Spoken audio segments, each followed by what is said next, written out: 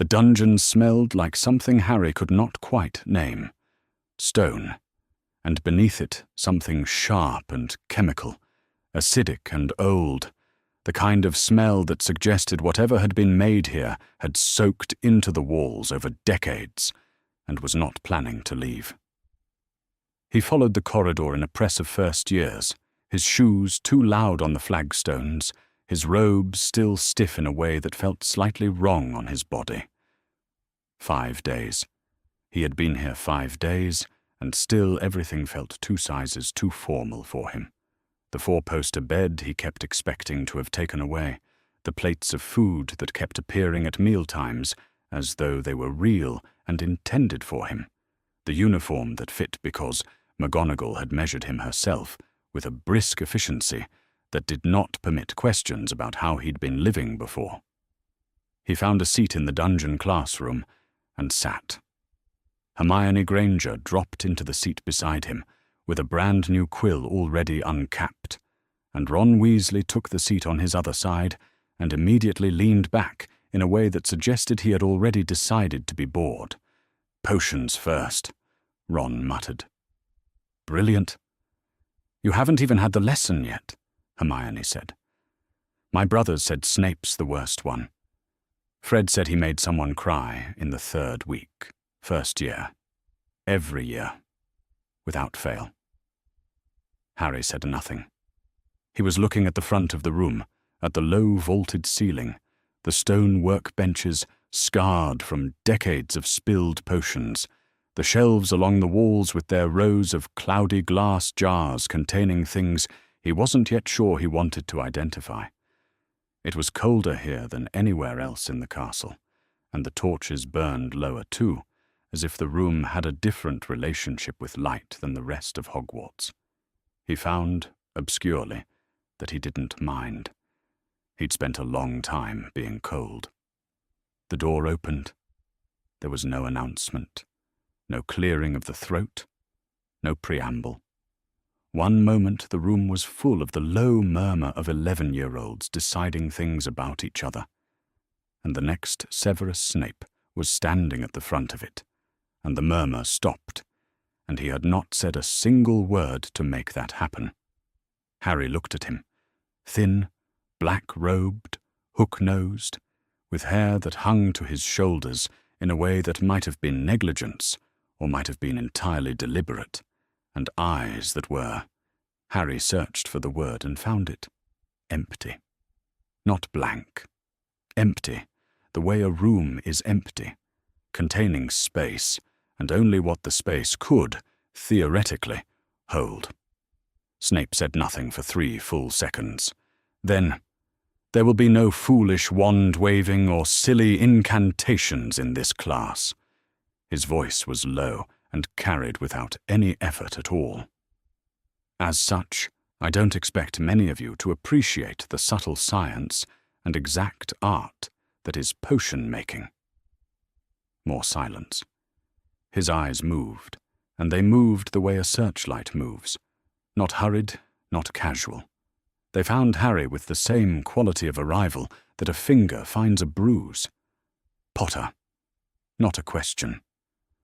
"What would I get if I added powdered root of asphodel to an infusion of wormwood?" Harry did not know. He had not read ahead. He had spent the last month learning that he was a wizard, acquiring a wand, surviving an encounter with a talking hat that had seemed very keen on sorting him somewhere he didn't want to go, finding out that his father had played Quidditch and that his mother had had green eyes, and he had not, in all that time, opened his potions textbook at all. He said nothing. "Let's try again," Snape said, without inflection. "Where would you look if I told you to find me a Bezoar?" Harry looked back at him. He could feel 30-odd pairs of eyes not looking at him, which was somehow worse than if they had been. He still said nothing. "And what," Snape said, "is the difference between Monkshood and Wolfsbane?" From somewhere beside him, Harry heard Hermione's sharp intake of breath. She knew. She knew. And she was not going to be called on. She was going to have to watch someone else, not know, which was apparently its own kind of suffering. He almost smiled. Then Snape's eyes moved over him again, and the almost smile didn't happen. He had the horrible feeling that Snape could read minds. It was gone as quickly as it arrived, the feeling and the gaze and the particular quality of attention that made the back of his neck prickle. And Snape moved on to the next student with the unhurried efficiency of someone closing a cabinet. Severus Snape had not expected to feel anything when he looked at the boy. He had prepared for it. He had spent 10 years preparing to see James Potter's face on a child's body and manage the sight of it with the same cold discipline he applied to every other provocation the world had seen fit to offer him. He had a specific face he wore for managing things, still unrevealing, assembled before he left his rooms each morning, like armor pulled on in the dark. And he had worn it into the classroom, and he had worn it when he read the intake list over the summer, Potter, H. And he had worn it when the lesson began. He had not expected the flash. It was surface legilimency. He had not cast anything. He had been looking at the boy the way he looked at all students. The same flat assessment, the same automatic scan for pretension and performance, and the particular entitled ease James Potter had worn like a second set of robes. He had looked a second too long, was the thing. 1 second too long, and the boy had looked back, and in the moment before the boy blinked and broke the contact, something slid across the surface of that green gaze like light across moving water. Images, not a narrative, not the kind of orderly retrieved memory that deliberate legilimency produced.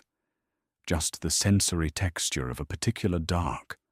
No windows, 1 weak bulb, the close smell of dust and something plasticky, and the faint sweetness of broken toys left to moulder.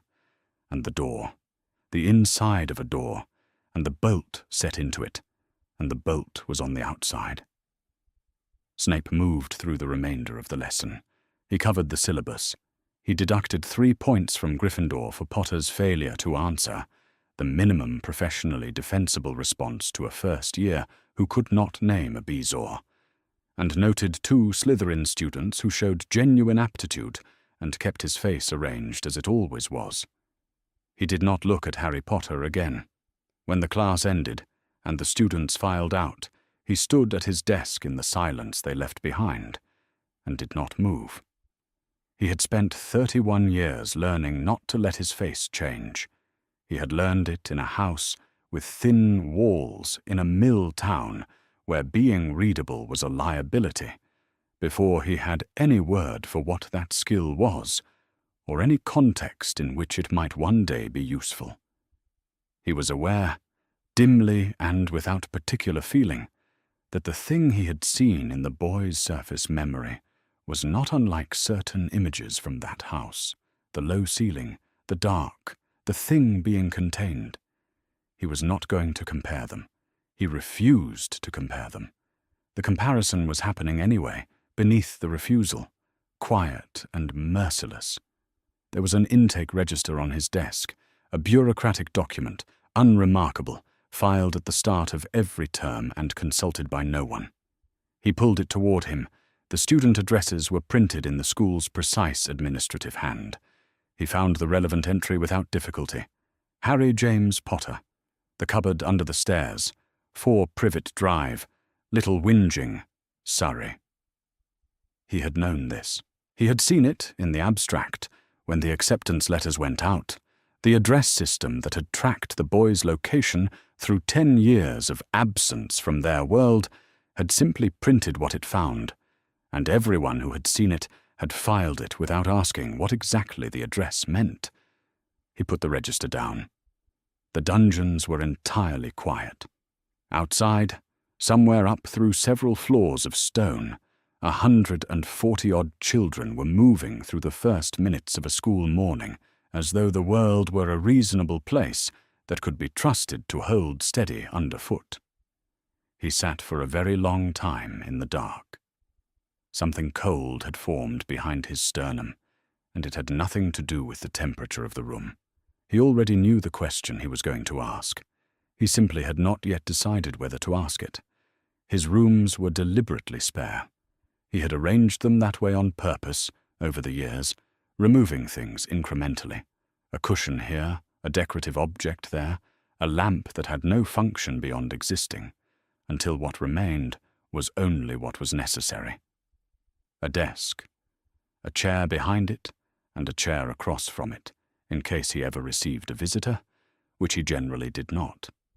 Shelves of reference texts, organized by subject and within subject by chronology, with no gaps and no objects placed on them for sentiment. A narrow bed behind a partition that he had not been asleep in and was not going to be asleep in. A single window that looked out into the underground dark where the black lake pressed against its outer face. He sat at the desk with his marking. The marking sat in front of him unread. It was a perfectly ordinary pile of first-year essays on the history of standardized cauldron manufacturing, a topic he had assigned precisely because it was boring enough that no student would attempt to make it interesting, and therefore it would require minimal time to mark. He had calculated 45 minutes. He had been sitting here for 2 hours and had written half of one annotation on the first essay before his quill had stopped moving of its own accord. The fragment kept surfacing. That was the accurate term for what surface legilimency produced. Not a complete image, not a scene with narrative logic, but a fragment, the way a piece of something washes up from water and you can tell from the shape and material what the whole object might have been without being able to reconstruct it. What surfaced was a quality of dark, the specific ratio of enclosed space to light. The feeling, not his feeling, the boy's feeling, felt in the way of impressions rather than direct knowledge, of something that was small and close and locked. And the bolt?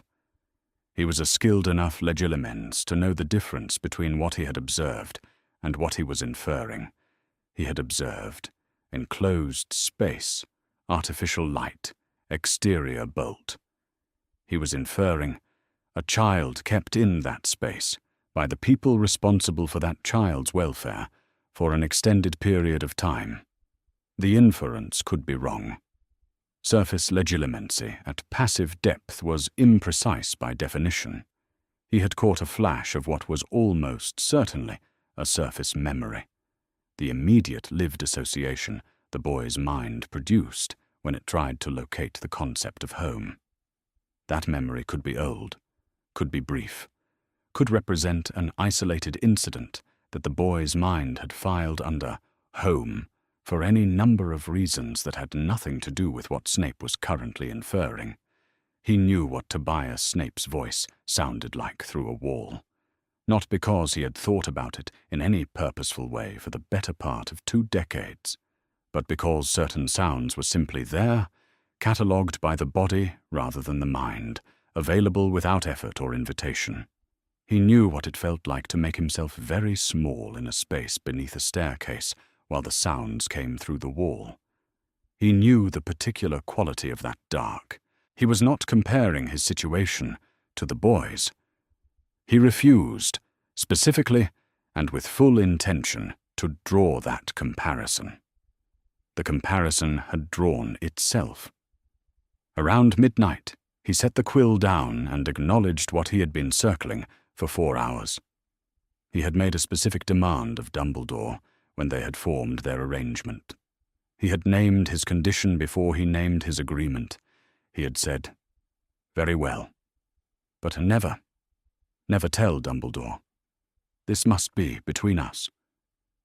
He remembered his own voice saying it. He remembered the particular quality of that moment.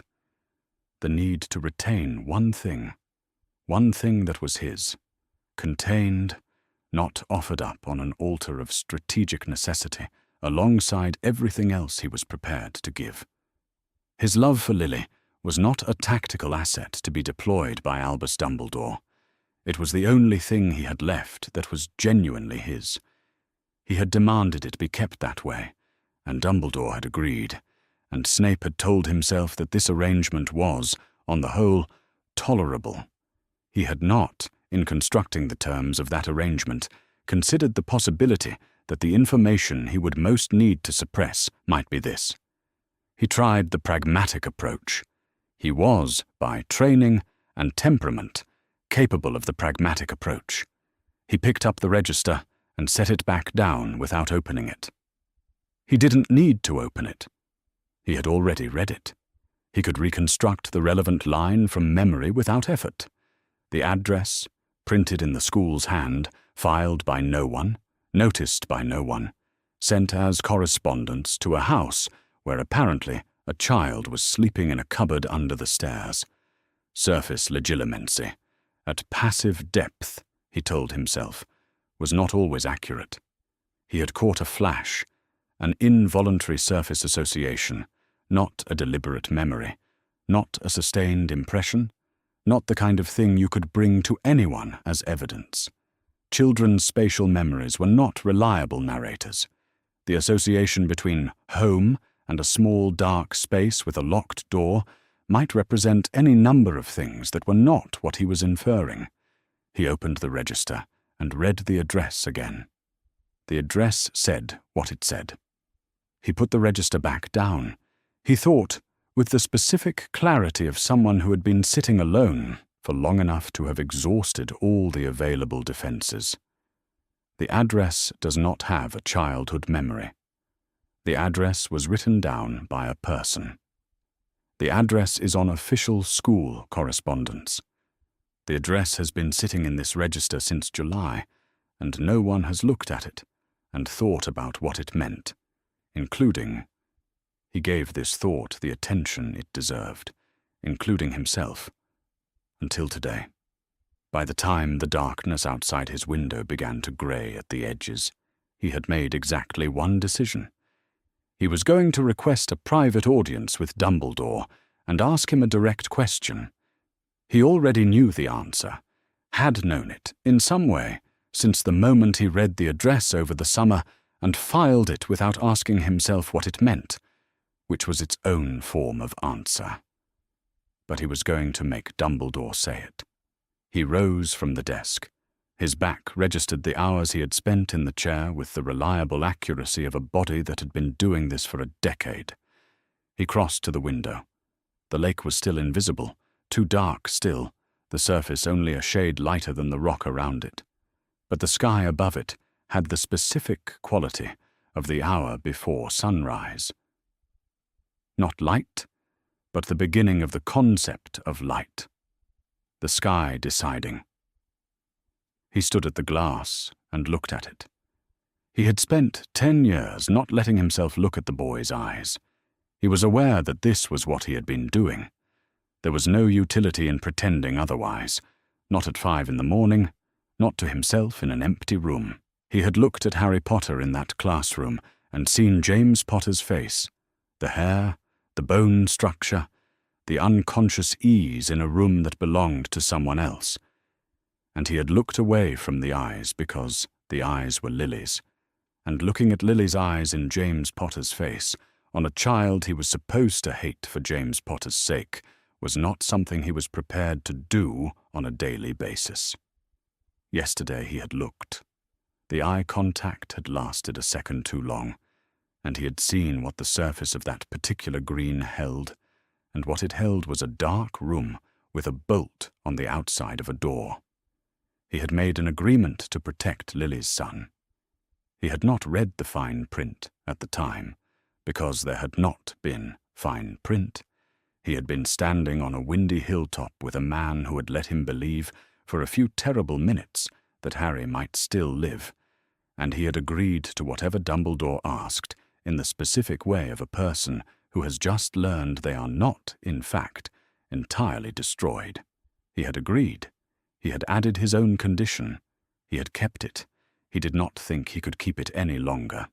He was not sure when he had stopped being able to. Yesterday, obviously, in the practical sense, the moment he read the address in the knowledge of what he had seen. But before that, too, some other threshold had already been crossed, some slow decision made across 10 years of looking at the surface of things and not asking what they meant. The sky outside was lightening in the determined way of skies in September, which know they have a limited time before winter takes it from them and are doing what they can. He turned away from the window. He was going to send a note to the headmaster's office, and the note was going to say that he required a private audience today, and he was going to find out whether Dumbledore had known. He already knew that Dumbledore had known. He was going to hear it said anyway. After that, he thought, whatever came next would come next. He picked up his quill and began to mark the first-year essays. The note he sent was brief, 6 words. I require a private audience. Today. He sealed it, gave it to a school owl, and spent the intervening 3 hours teaching 2 sections of 3rd years with the full focus he brought to teaching 3rd years, which was to say, adequate focus, mechanically deployed, while the part of his mind not reciting the properties of strengthening solution continued, quietly, to rehearse the conversation he was about to have. The gargoyle moved aside without requiring the password. Dumbledore had given him standing access 10 years ago as part of the arrangement. Snape had used it 4 times since. He climbed the moving staircase and knocked once and entered without waiting. The circular office was warm in the specific way of rooms inhabited by the same person for a very long time, that have absorbed their habits and their resistance to discomfort. Instruments on the shelves spinning and whirring, emitting small puffs of coloured smoke. Portraits of former headmasters watching from behind the pretense of sleep. The faint smell of sherbet lemons, and Dumbledore behind the desk, very tall even seated, silver hair and beard, half-moon spectacles, robes of a deep blue that had no business being that colour before noon, wearing the expression he always wore, an attentiveness so complete it produced the sensation of being the only person in the world, which Snape had spent 10 years learning was not the same thing as being safe. He did not sit down. He placed the intake register on the desk, opened to the correct page, and tapped the relevant line with 2 fingers. Dumbledore looked at it. His expression did not change in the way that expressions change when a person is surprised. It changed in the way that expressions change when a person has been expecting a thing to arrive and is now watching it arrive. Was it? Snape said, not a question in its phrasing. Dumbledore removed his spectacles, set them on the desk, and folded his hands over them. Harry was placed with his nearest living blood relatives, he said, in the accommodation they chose to provide. Snape looked at him. That is a sentence you have constructed very carefully. Severus. He was in a cupboard. Snape said it without inflection, the way he said things he wanted to be heard clearly, stripped of the cadence that would allow the listener to decide how seriously to take them. Under the stairs. That is what the address says. That is what his surface memory produced when I, accidentally, passively, without any intention, accessed it during his first potions lesson. Dumbledore was quiet for a moment. You accessed Harry's mind. I looked at him for a second too long. He looked back.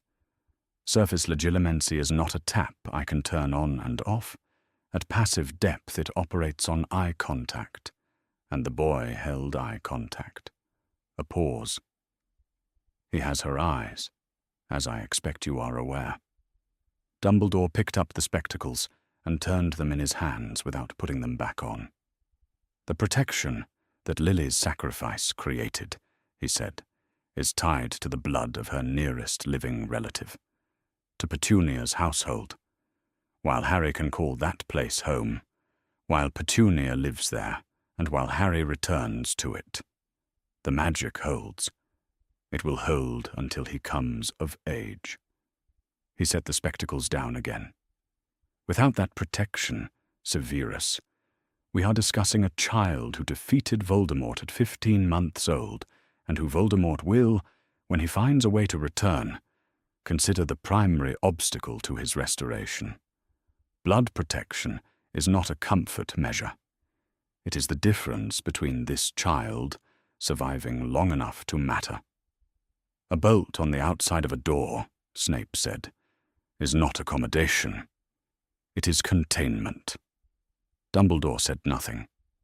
You specifically asked me, to help you protect Lily's son. He kept his voice level. It required effort of the specific kind that had become habitual. The effort of a man who has learned to speak from the front of his skull rather than from the place further back where the actual feeling lived. When I agreed to that, I did not understand it to include protecting the blood in his veins while leaving his person to people who bolt him into the dark. I knew, Dumbledore said. He said it simply, without building toward it. I knew I was condemning him to years of difficulty. I did not believe the Dursleys would. I miscalculated the degree to which. He stopped. Something crossed his face that Snape had not seen there before, or perhaps had not been looking for before. I placed his safety above his comfort. I continue to believe that was the correct ordering of priorities. You placed his blood above his person. Those are different things. Dumbledore looked at him steadily. Yes, he said. They are. The silence that followed was the kind that asks a question of everyone in it. Snape was the one who broke it. I cannot maintain the silence about this. Whatever I agreed to, however I phrased my conditions, whatever I understood the arrangement to encompass, I did not agree to see something like this and file it away. I am not. He stopped himself. Started again on a different approach, the way you move to a different point of purchase when the one you're using won't hold. I am informing you, not asking permission. Breaking the arrangement carries risks, Dumbledore said. The tone did not change, still careful, still temperate, still the tone of a man accustomed to saying difficult things in the voice of someone discussing the weather. Your value to me, to this cause, to the people who depend on it, rests on a particular appearance. Voldemort will return. He is diminished, not destroyed, and when he returns he will reassemble his network, and he will look at every person who was close to him and ask what they have been doing in his absence. If your cover is already fractured— Voldemort is in wraith form, Snape said. The Death Eater network is dormant. Every one of his former associates has been tried, imprisoned, or is spending considerable effort appearing to have been imperious. The cost of going visible now is not the same cost it will be when he returns. You are holding a present harm against me to prevent a future risk. You have been doing this for 10 years. He paused. So has the boy. Dumbledore was quiet for a long time. Then, the future risk is real, regardless of its timing. I didn't say it wasn't. Then you understand why I am asking you to— I understand everything you're asking. I am telling you I am not going to do it. Snape picked up the register. I have not decided what I am going to do instead. That is not a position I am accustomed to, and I do not find it comfortable. But I will not file this and carry on as though I looked at a 7-year-old's deepest association with the word home and saw nothing unusual. He held the register for a moment, placed it back down. Dumbledore did not try to stop him when he turned and walked toward the door. Did not speak, did not call his name, did not reach for any of the several dozen things he might have reached for. He simply watched, with the eyes of a man cataloguing an event rather than attempting to reverse it. The door closed behind Snape with the quiet click of a mechanism operating exactly as designed. He did not look back. Looking back in doorways was a form of hoping to be called after, and he had learned early enough to have stopped expecting it. He descended the moving staircase and walked back through the castle toward the dungeons. The corridors were quiet. Between classes, only a few older students crossing from one wing to another, none of them paying any particular attention to a teacher moving south through the stone. He did not speak to anyone. He did not look at anyone. He moved through the castle in the way he had always moved through it, as though he had somewhere specific to be and no interest in the space between here and there. What was unusual, and what he noticed only because he had been paying unusually close attention to himself since yesterday morning, was that he felt lighter. Not better. Lighter. The particular quality of having set something down that had been heavy for long enough that the body had forgotten what it was to not be carrying it. And then you set it down and the muscles remember. He had broken the first condition of the arrangement. He had said, clearly and without asking permission, that he would not maintain the silence. Dumbledore had let him leave. The arrangement was therefore no longer what it had been. He had not made any promise about what came next. He intended to preserve that absence of promise for a while yet, until he understood what was actually available to him. The options, and which ones were real, and which ones would accomplish something rather than simply producing the feeling that he had acted. The dungeons were cold and entirely indifferent to all of it, which was, this morning, what he needed them to be. He changed out of his teaching robes on a Thursday afternoon in October, while the castle was occupied with double charms for 3-year groups, and he was not scheduled to teach until Friday morning. He did not tell anyone where he was going. He had not told Dumbledore that he had been to see Dumbledore, and he did not intend to extend that particular courtesy in reverse. What he put on instead was unremarkable. Dark trousers, a dark coat, shoes that were muggle in their construction, and well worn enough to suggest a person who walked in them regularly. He had grown up in a muggle neighborhood. He knew how to move through that world without the specific quality of displacement that wizards raised entirely inside the wizarding world carried on them like a smell, the slight wrongness of a person who had never learned to look at things without seeing through them. He was not that. He had been, before Hogwarts, simply a boy in Cokeworth who read too much and said very little, and that boy's instincts were still available to him when he needed them. He apparated to a side street 3 roads away from Privet Drive and walked the rest. Little Whinging was not like Spinner's End. He was aware of this as he turned onto the relevant road and took in the geometry of it. Semi-detached houses, all of them nearly identical, set back from the pavement behind strips of lawn that had been mowed with the regularity of a duty rather than a pleasure. Window boxes, cars parked at uniform intervals, front doors painted in the small range of colors that this kind of street permitted itself. Everything was clean, ordered, and strenuously normal, the normality of a place that had considered its alternatives and declined them. He had seen streets like this. Not exactly like this. Spinner's End had been grimier, its houses thinner against each other, its river darker at the end of the road. But the principle was identical. A place that made itself unreadable from the outside. A place that kept whatever it kept behind doors that stayed shut. He walked past number 4 without stopping on the first pass, noted as he went. Ordinary front door painted dark red, ordinary windows with the curtains not quite fully open, the narrow side hall window through which, if you were looking at the right angle as you walked past, you could see the underside of the staircase, and beneath it, a small door. Very small. He was already past it when the detail resolved itself, and he stopped on the pavement and stood still for a moment, and then walked back. He was looking at the door through the side hall glass. It was the right size and the right shape.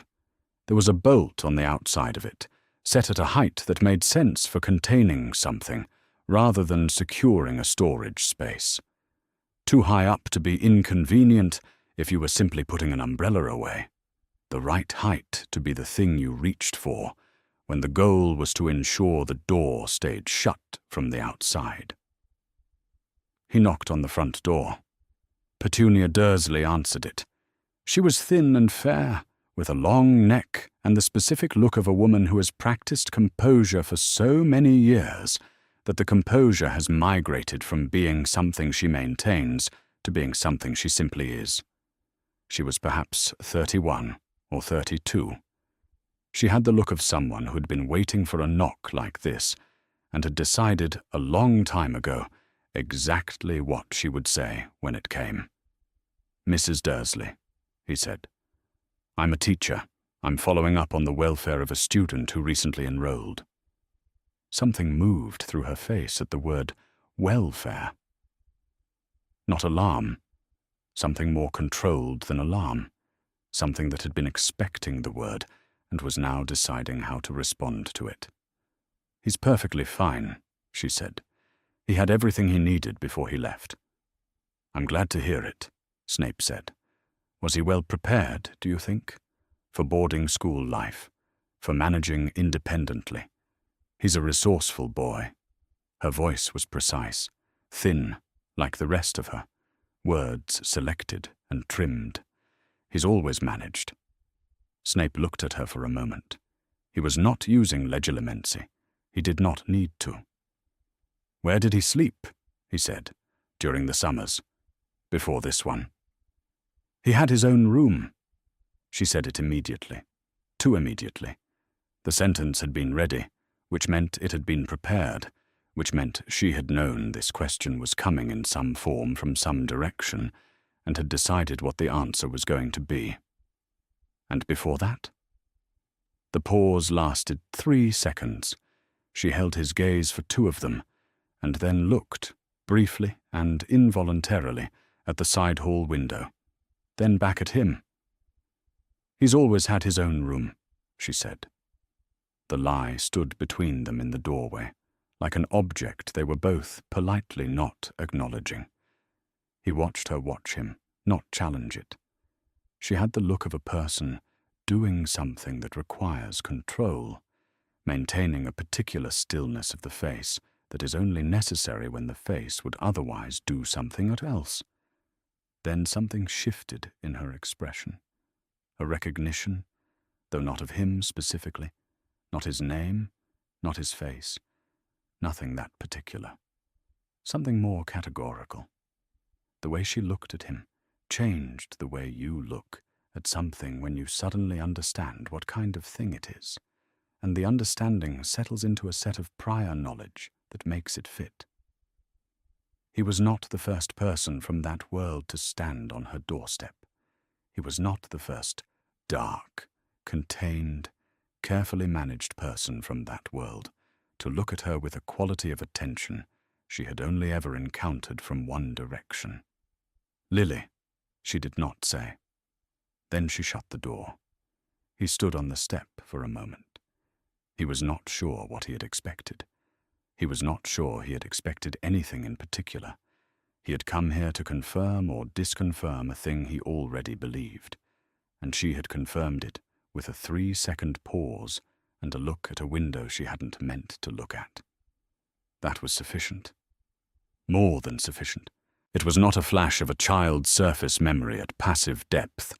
It was a woman, in full possession of herself, failing to conceal the specific thing he had come to ask about. He walked back to the side street and apparated. His office was cool and quiet. He sat at his desk and was very still for longer than was strictly necessary before doing anything else, because the alternative was to move before he had finished thinking. And he had not finished thinking. He had known. He had been close to certain since September, and he had been more than close to certain since he read the address. and he had been as certain as it was possible to be without external evidence since the night he sat at this desk until dawn without sleeping. He was now, as of this afternoon, entirely certain. The certainty had a different weight to it than the near certainty had. It settled differently. It required different things from him. What it required, he had been avoiding naming directly. He had been busy with the examination of available options, which had the advantage of feeling like progress, and the disadvantage of being, so far, a list of closed doors.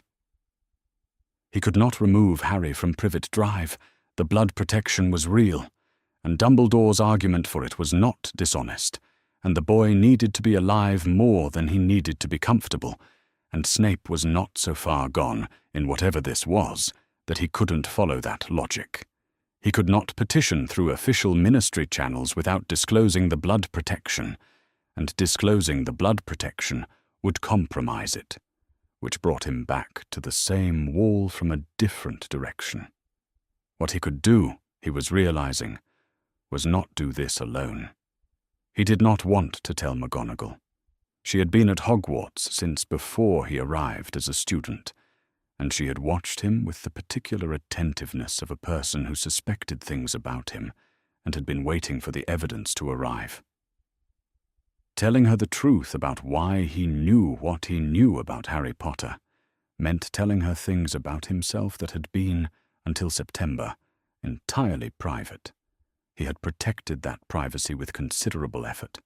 He was going to dismantle part of it, because a Muggle woman in Surrey had looked at the window beneath her staircase when she should have kept her eyes level. He accepted this. He did not like it. He was going to do it anyway, because the alternative was continuing to carry this alone, and he had established, over the last 3 weeks, that he could not do that indefinitely and function at a level that was useful to anyone. He reached for a clean piece of parchment.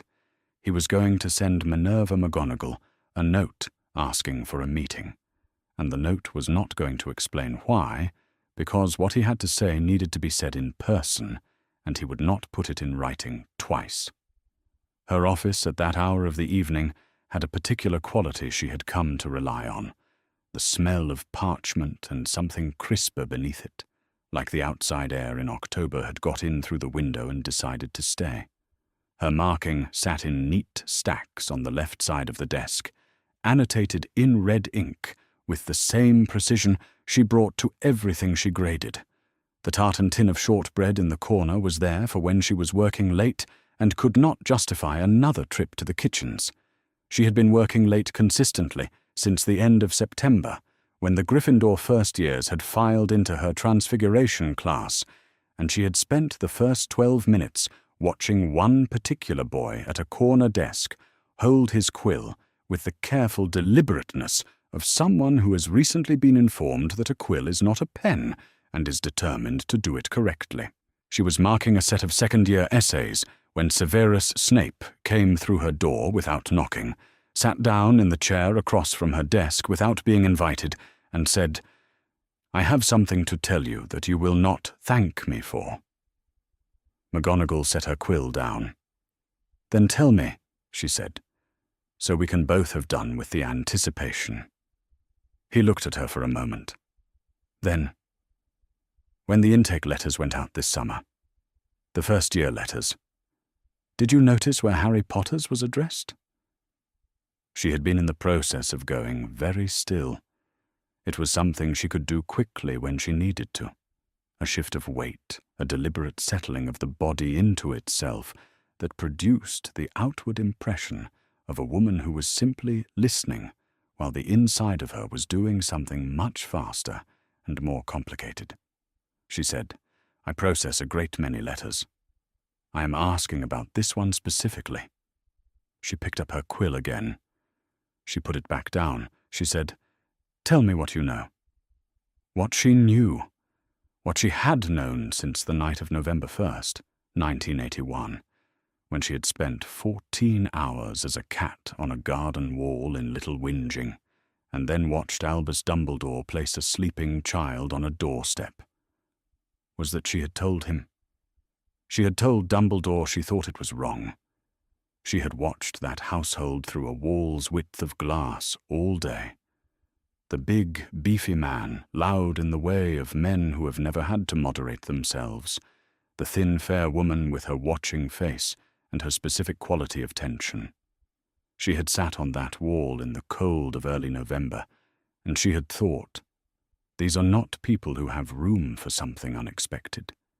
These are not people who will make room. She had said as much. Dumbledore had explained the blood protection, the sacrificial magic, Lily's last act, the way it tied itself to Petunia's blood and Petunia's household, and would hold as long as the boy called it home. He had said it as a man who has considered every alternative, and arrived at a conclusion he is not happy with, and is proceeding with anyway.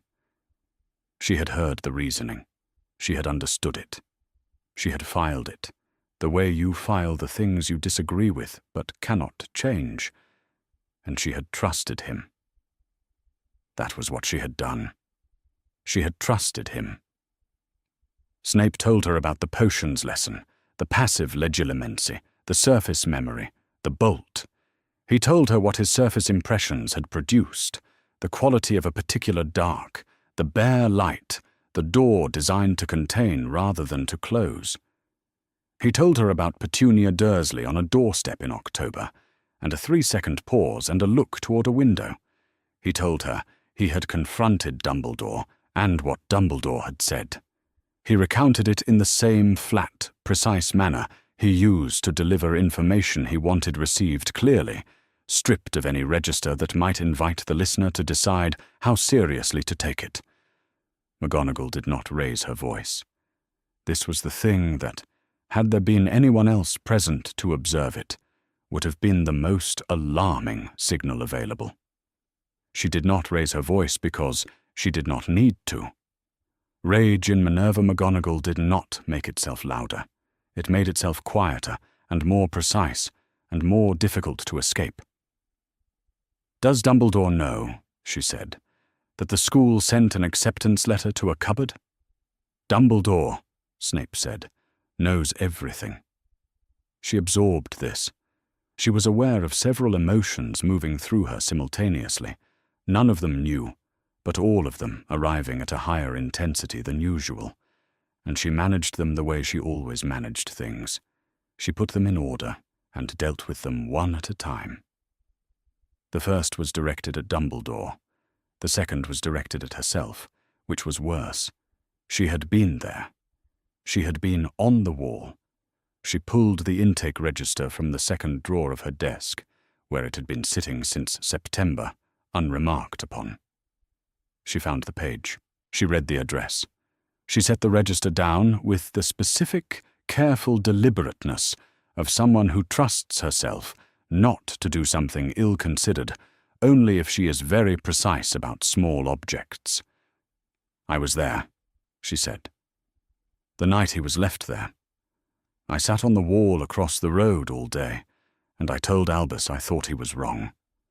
Snape looked at her but said nothing. "Why are you telling me this?" she said. "What is it that you want from me, specifically?" "I wanted someone to know," he said. "I confronted Dumbledore. He told me to wait. I find that I cannot continue waiting in silence, and I have reached the end of what I can manage alone. What you do with this information is entirely your own affair. I am not directing you. I am telling you." She looked at him for a long moment. There was something in that sentence, the specific phrasing of it, the quality of the silence it was offered in, that told her more about the last 6 weeks of Severus Snape's life than anything he had said directly. She did not comment on it. She simply noted it. "I am going to speak to Dumbledore," she said. "I have already done that." "Then he will hear it twice." She closed the intake register and placed it precisely where it had been. "I am also going to review what formal mechanisms I have as deputy headmistress with respect to the welfare conditions in which students of this school have been living. I am not asking your opinion on this course of action. I am informing you of it, since you have extended me the same courtesy." Snape nodded, once. He stood. He left her office without ceremony, the way he had entered it. She sat for a long time after he was gone, not moving, not reaching for her marking, not doing anything in particular, except being very precisely still. The next morning, she was at the staff table for breakfast before most of her colleagues, which was not unusual. She was there for the practical purpose of supervising the beginning of the day, which was not unusual. She was watching the Gryffindor table, which was not unusual. What was happening at the Gryffindor table was, in a technical sense, also not unusual. Students eating, talking, passing the toast, arguing over something one of the Weasley twins had apparently done to a second year's hat. Ron Weasley was explaining something to Harry Potter with the particular animated urgency of a boy who has just remembered a story he meant to tell 2 days ago. Harry Potter was laughing. That was the thing. He was actually laughing. His head tilted back slightly. The toast he'd been holding set down on the plate while he gave the laugh his full attention, as though laughter was still something that surprised him when it arrived. He was small for his age, and thin for his age, and behind his spectacles his eyes were her exact shade of green, and he was sitting at the Gryffindor table in the middle of a school that had given him the first warm room he had apparently reliably inhabited, and he was laughing at Ron Weasley's story about a hat with no real control over what it did next. She watched him. Something tightened behind her sternum that she didn't have an efficient name for. She reached for her tea and held it with both hands and watched him laugh, and she thought, I was on the wall. I was there. And then she thought, with the clean, cold precision of a decision made rather than arrived at, I'm going to do something about this. The note she sent him was a single sentence. She had considered more and decided against it, because more would have given him something to respond to in writing, and she did not want a written response. She wanted him to look at her face when she said what she had to say, and she wanted to be looking at his. Dumbledore's reply came within the hour. The gargoyle stepped aside when she arrived. She had been up these stairs 4 times this term already, for the routine administrative business of a deputy headmistress at the start of a school year, and she had not felt any particular way about it on those 4 occasions. She felt something now. She placed it to one side and climbed. The office was exactly as it had been when Snape described it. Warm, turning instruments, the sleeping portraits, the smell of sherbet lemons, except that where Snape had stood at the desk without sitting, McGonagall sat. She had not brought the intake register. She had memorized the relevant line, and she did not need a prop. She folded her hands in her lap and looked at Dumbledore across the desk and said nothing for a moment, simply because she was deciding where to start, and she was the kind of woman who made that decision correctly and did not rush it. I have read the intake register, she said. The entry for Harry Potter. Dumbledore looked at her. Minerva. I was there, she said, in case that had escaped your recollection. I spent the first day of November, 1981, on a garden wall in Little Whinging, and I told you, that evening, that I thought you were making a mistake. You explained the blood protection to me, and I accepted your reasoning, and I trusted you. I want that noted before we begin. It is noted, he said. He said it quietly, without deflection. Good. She unfolded her hands and placed them flat on her knees. I am not here to ask you to confirm what Severus has already told you I know. I am here because I have a different thing to say to you than he did, and I want to say it clearly. We knowingly placed a child in conditions that constitute neglect by any standard available to us. Muggle law, wizarding law, basic moral accounting, and we have not reviewed those conditions in 10 years. There is no version of the blood protection argument that makes this a welfare decision. It is a strategic one. The welfare of the child was the cost, not the goal. Dumbledore was quiet for a moment. Then, "You are correct." She had not expected that. She had expected the defense, the careful qualified agreement that conceded the point in language while holding the conclusion in substance, the version she had heard 10 years ago on a windy doorstep.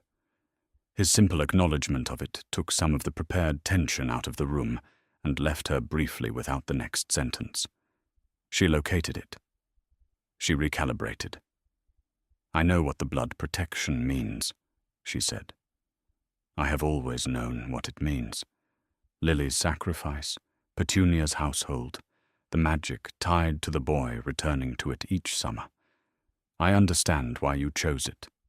I understand why you still believe it was the right ordering of priorities." She paused. "Understanding it doesn't obligate me to have done nothing. And now that I know what the conditions have been, it doesn't obligate me to do nothing going forward." "What is it," Dumbledore said carefully, "that you are proposing to do?" "The boy is at Hogwarts.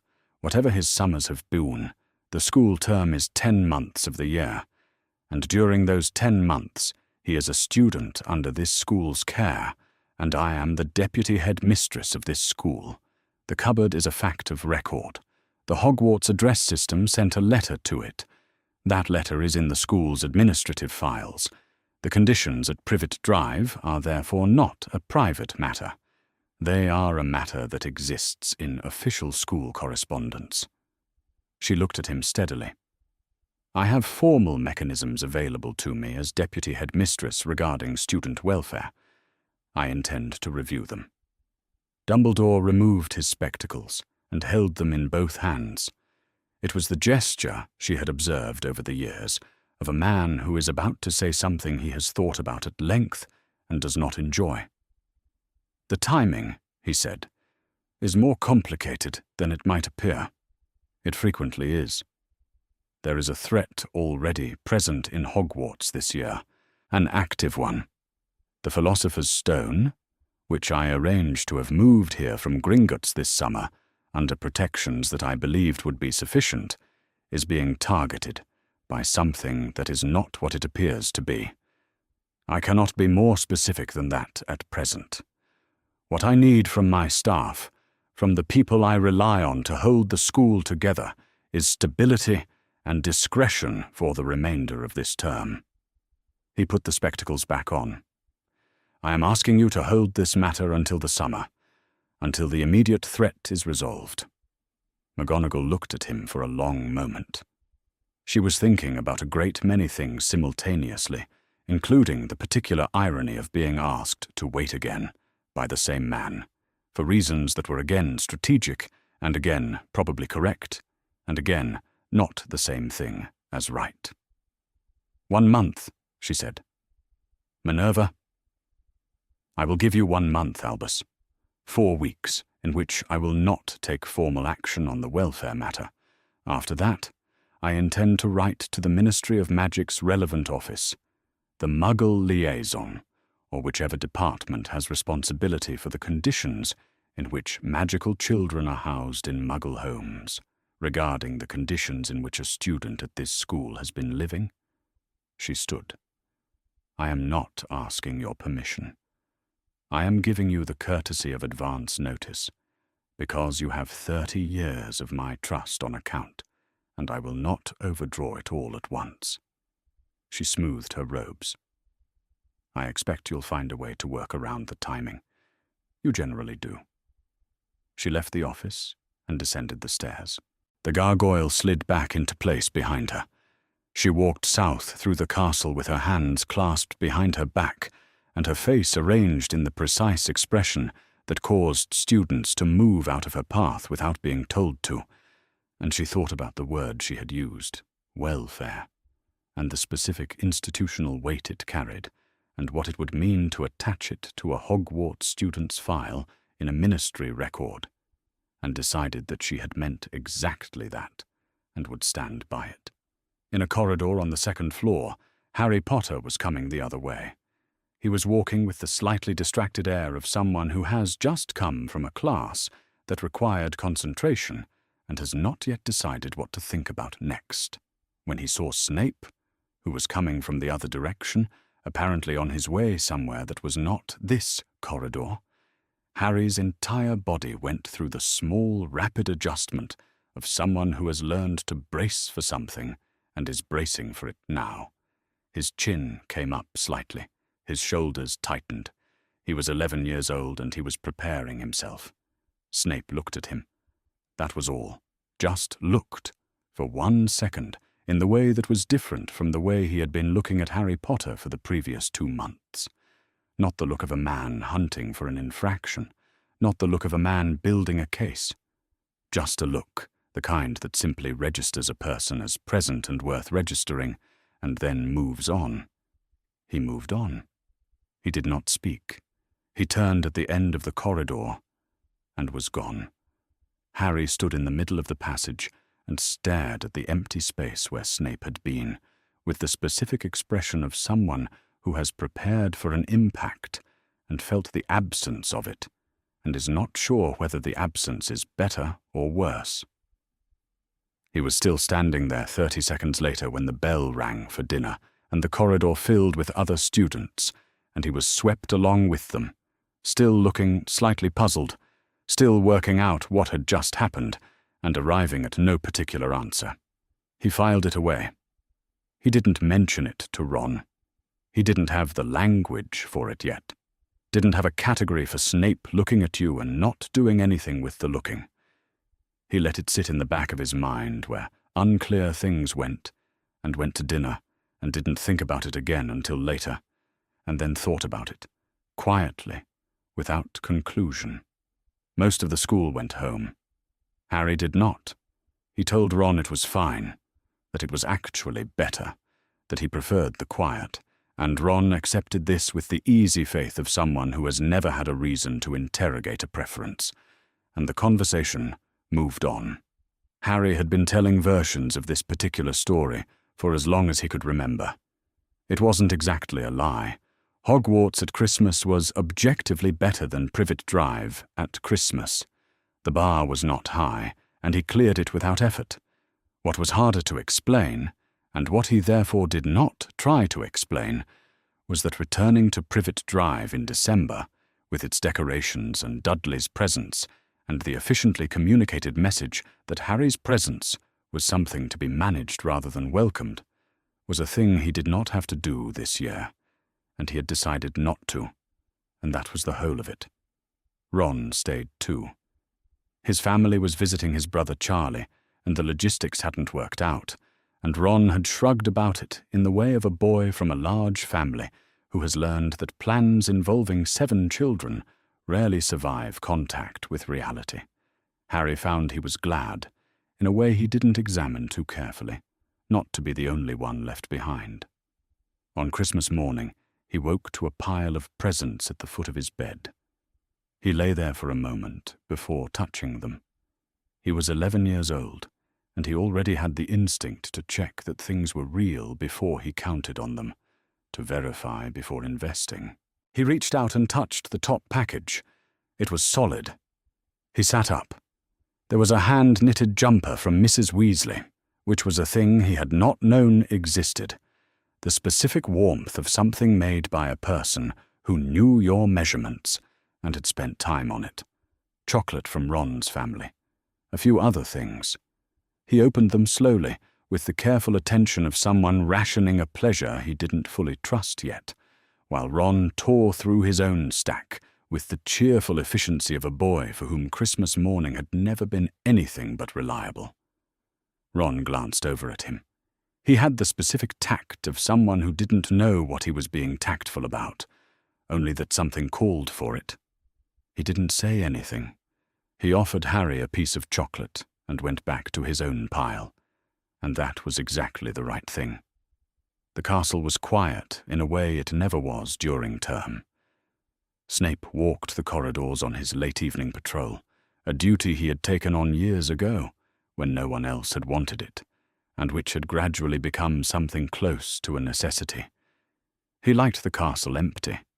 It was honest about itself in the dark, all stone and torch shadow, and the creak of things settling, with none of the noise and movement and obligation of the school day layered over it. He passed the great hall doors just as a burst of laughter came through them. Two voices, one higher than the other, something Ron Weasley was apparently finding deeply funny. Snape did not look through the doors. He noted, as he passed, that the Weasley boy and the Potter boy were still in the castle, as the student attendance log indicated they should be, and that they were in the Great Hall, and therefore accounted for. He kept walking. In the first week of January, before term resumed, Harry found himself in the dungeon classroom with a brush and a crate of potions jars that needed cleaning. The infraction had been minor, a minor infraction being, in Snape's classroom, a fairly low threshold. He'd knocked a jar over. It hadn't broken. Nothing had spilled.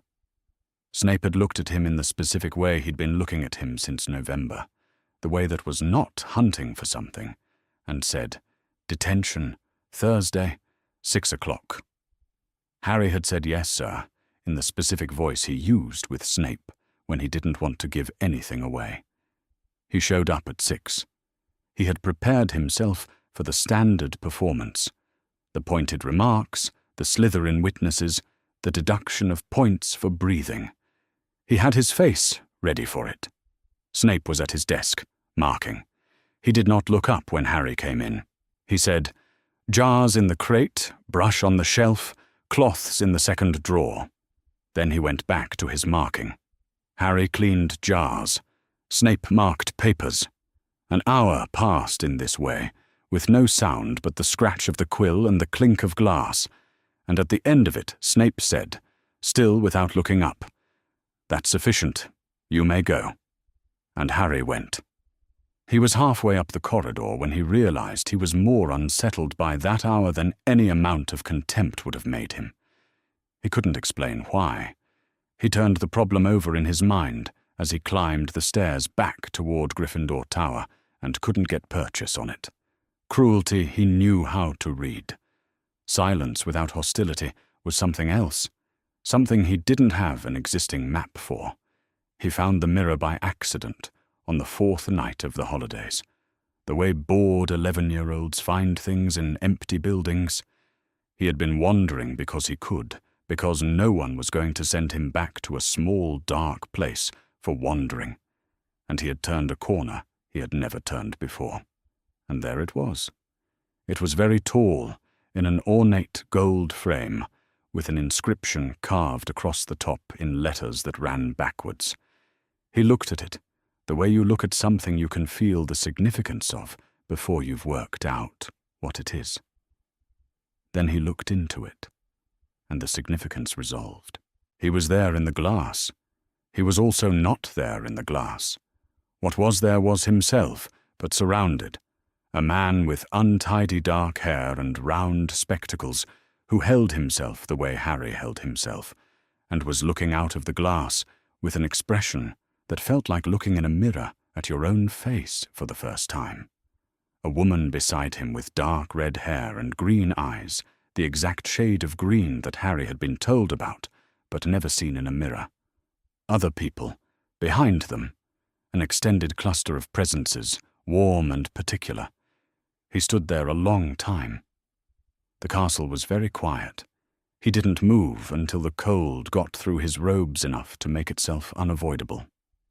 2 nights later, Snape turned the same corner on his late patrol. He knew what the mirror was. He had known about it since Dumbledore mentioned, in passing, that he intended to move it once the term began, a Hogwarts artifact, currently without a permanent home, stored in a disused classroom on the 3rd floor, while Dumbledore decided on its placement. Snape had filed this information, and had not, in the 2 weeks since, thought about it again. He did not intend to look. He was walking a route, and the route passed the door of the disused classroom, and the door was ajar, and the mirror was visible from the doorway, angled toward the room. He did not intend to look. He looked. 1 second. Then he turned his face away and continued down the corridor at the same pace he had been walking, and did not break his stride, and did not stop, and did not go back. He had made a career of not going back to things he had already looked at once. He was not going to examine his performance on this particular occasion too closely. The mirror was moved to another location within the week. Snape noted this, and felt, beneath the professional equanimity with which he noted things, a very specific relief that he also had no intention of examining.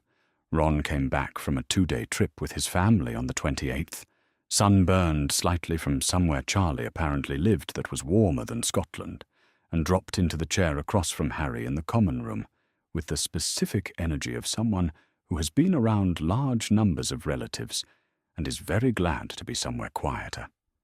Harry said, "Has Snape always been like that?" Ron looked at him. "Like what?" "I don't know. Different, like something changed." Ron thought about this with more genuine effort than the question probably deserved. "Fred says he got weirder after Halloween," he said eventually. "Fred says lots of people got weirder after Halloween. Something in the pumpkin juice. I'm serious. I'm seriously saying it might be the pumpkin juice." Ron picked up a chocolate frog from Harry's dwindling stack and tossed it back. "Look, as long as he's not deducting points for existing, who cares why? You're still here. He's still being—" Ron paused, searching for the word. "Not nice. Just less specifically aimed at you." Harry let it go. He let it go because Ron wasn't wrong, technically. Less specifically aimed at you was still better than the alternative. He just couldn't stop noticing it, the way you can't stop noticing a gap where something used to be. He didn't have the words for what he was noticing, and so he kept it to himself, filed in the same place as the detention that hadn't been a performance, and the look in the corridor in November, and the specific quality of an hour's silence that had left him more unsettled than cruelty ever did. January arrived with the students, and the cold, and the return of all the ordinary obligations that the holiday had suspended, and Snape spent the first 2 weeks of term in the Hogwarts library after his evening classes, working through wizarding child welfare law with the same methodical approach he brought to potions research. Hypothesis, evidence, testing, result. The hypothesis was that there existed some legal mechanism by which a child's living conditions could be formally reviewed and changed without the child's guardian consenting to the review. The evidence was extensive and detailed and, ultimately, discouraging. The result was a list of available pathways with a line through each of them. The fundamental problem was the blood protection. Not the ethical argument Dumbledore had made. He had understood that argument in September, and he understood it now, but the legal architecture it produced. Any formal challenge to the guardianship arrangement required establishing why Harry had been placed with the Dursleys in the first place, which meant the blood protection, which meant Lily's sacrifice, which meant explaining to a ministry official or a Wizengamot committee what sacrificial protective magic was, and why it was tied to a specific household, and why disrupting that household's claim on Harry would in theory sever it. Explaining it publicly would compromise it. Explaining it privately, to a single official who could be trusted, required trusting a ministry official, which was a category of person Snape had learned, over 10 years as Dumbledore's covert operative, to treat with extreme caution. He pulled Harry's guardianship record through his head of Slytherin access to ministry educational files on the 15th of January. The record was straightforward. Petunia Yvonne Dursley, née Evans, listed as sole guardian, by virtue of being the child's nearest living blood relative.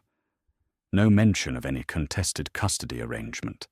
No mention of James Potter's family, who were, as far as Snape could determine from the broader record, either deceased or sufficiently distant to have been passed over by the Muggle legal machinery that had presumably run alongside or beneath the wizarding placement. No mention of Dumbledore's name anywhere in the documentation, which was either because Dumbledore had been very careful or because the placement had been made in a way that left no paperwork, which was its own kind of answer. There was one name missing from the record that Snape had expected to find. He confirmed its absence by checking the supplementary documentation, the guardianship notes from November 1981, the correspondence regarding alternative placements. The name of Sirius Orion Black did not appear as a formally designated guardian, though the record noted, in a line that was easy to miss, that James Potter had named Sirius Black as his son's intended guardian in a document that had been rendered moot by Black's arrest and subsequent imprisonment. Snape sat with this for a moment and then put it aside, because what it represented was not an option. He did not like Sirius Black. This was an understatement on the order of noting that vinegar tastes sour, technically accurate but radically insufficient as a description of the actual experience.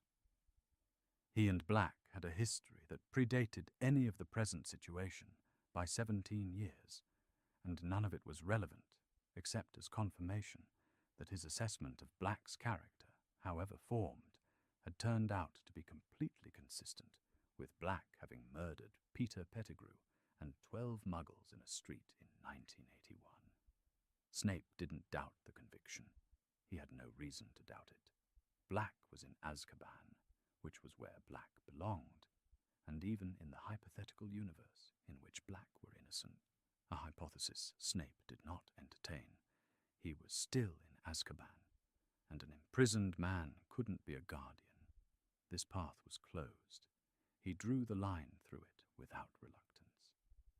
In Potions on the following Thursday, Harry Potter answered a question about the previous week's lesson with an answer that was technically on the correct subject, but missed the specific mechanism Snape had described in detail and expected them to have retained. In any previous month of this school year, Snape would have made something of this. A pointed observation, a deduction of points, the particular quiet precision that communicated to the assembled Slytherins that this was what happened when you failed to prepare. It was the register he had maintained, without particular effort, since September. He did not do it. He noted the gap in Potter's answer, said only that the mechanism required more attention, and moved the lesson forward.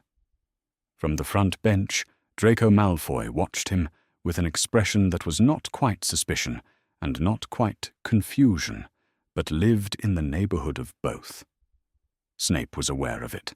He filed it for later consideration and continued the lesson. At his desk afterward, with the class gone, he looked at his list of closed pathways and did what he always did when faced with a problem that had no solution within the available framework. He identified what lay outside the framework. He had been working within Dumbledore's architecture for a decade. The architecture was elegant and functional, and he had, for most of that time, not had reason to go looking for its edges. He had found the edges in September, and he had been working outward from them since, and what he was now arriving at was the recognition that the person best positioned to be of use, who had a prior connection to the family, who existed outside Dumbledore's direct line of authority, who might have some standing to ask questions Snape couldn't ask without exposing his own position, was a person he had been avoiding thinking about. Remus Lupin had been, for 7 consecutive years at Hogwarts, a person Snape had despised by association and competed against by proximity. He had not thought about Lupin in any meaningful way since 1981, except to occasionally be informed, through the ambient information of the wizarding world, that Lupin was somewhere on the continent and unable to hold steady employment, and was therefore not doing particularly well, which was information Snape had received with perfect equanimity. He did not wish Lupin ill. He simply wished him elsewhere, which was a distinction he was capable of making and maintaining even when Lupin was not present to complicate it.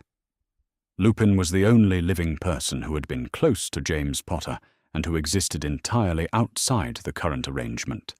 He was the only one who might write to Dumbledore as a friend of James's son, asking after the boy's welfare, without that letter being immediately understood as an extension of Snape's own campaign. It was a moral lever rather than a legal one. It was also, Snape was honest enough to admit, not much of a lever. But he had run out of legal ones, and he had spent enough years in the company of Albus Dumbledore to know that moral pressure applied from unexpected directions occasionally moved things that formal process could not. He wrote the letter at his desk, late, after the castle had gone quiet. He kept it brief. The acceptance letter address, the conditions at Privet Drive as he had observed them, the ministry guardianship record identifying Petunia Dursley as sole guardian. One sentence at the end, asking whether Lupin, as a person with prior connection to the Potter family, had any standing or inclination to raise a formal inquiry on the boy's behalf. He signed it with his initial only. He sealed it. He did not use his own owl. He used the school post, which moved dozens of letters daily and would not make this one distinguishable from any other piece of school correspondence. He watched the owl go from the window above his desk, and then sat down and considered what he had done. He had written to Remus Lupin. He had, by doing so, introduced a third party to the question of Harry Potter's welfare, a third party who had no relationship to Dumbledore's arrangement, and therefore no obligation to contain what Snape had told him within the same walls. He had not named himself in the letter. He had not named the source of his information in any way that would expose him. He had been careful. He had still done it.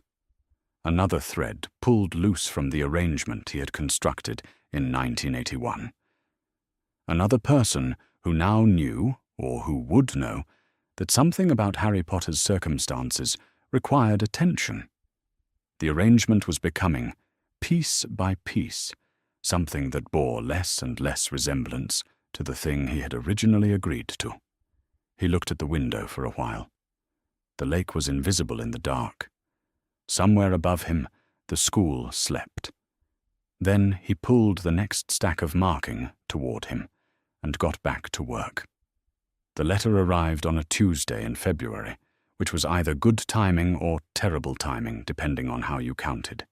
It was good timing in the sense that Lupin was in the middle of a reasonably stable fortnight.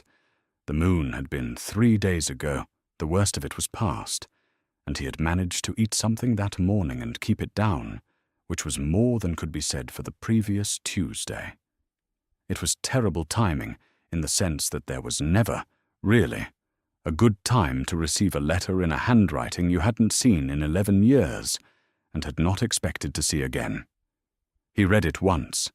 He set it down on the table, which was small and slightly unsteady on one leg, in the rented room he was currently occupying in a village in Wales that he had chosen for its proximity to the forest and its distance from anyone who would care to notice his comings and goings. He looked at the letter. Then he picked it up and read it again. The handwriting was precise and evenly spaced and entirely without warmth, which was exactly what he remembered of it. The letter itself was factual, an address, a description of conditions observed, a ministry record, and a single question. The address was The Cupboard Under the Stairs, 4 Privet Drive, Little Whinging, Surrey. The conditions were what you would expect from someone sleeping in a cupboard under the stairs. The single question was whether Lupin, as a person with prior connection to the Potter family, might have any standing to pursue a formal inquiry on the boy's behalf. The letter was signed with a single letter. He knew who had sent it. He had known who had sent it from the handwriting before he reached the bottom of the first line. He sat with it for a while. He had not thought about Harry Potter since October of 1981.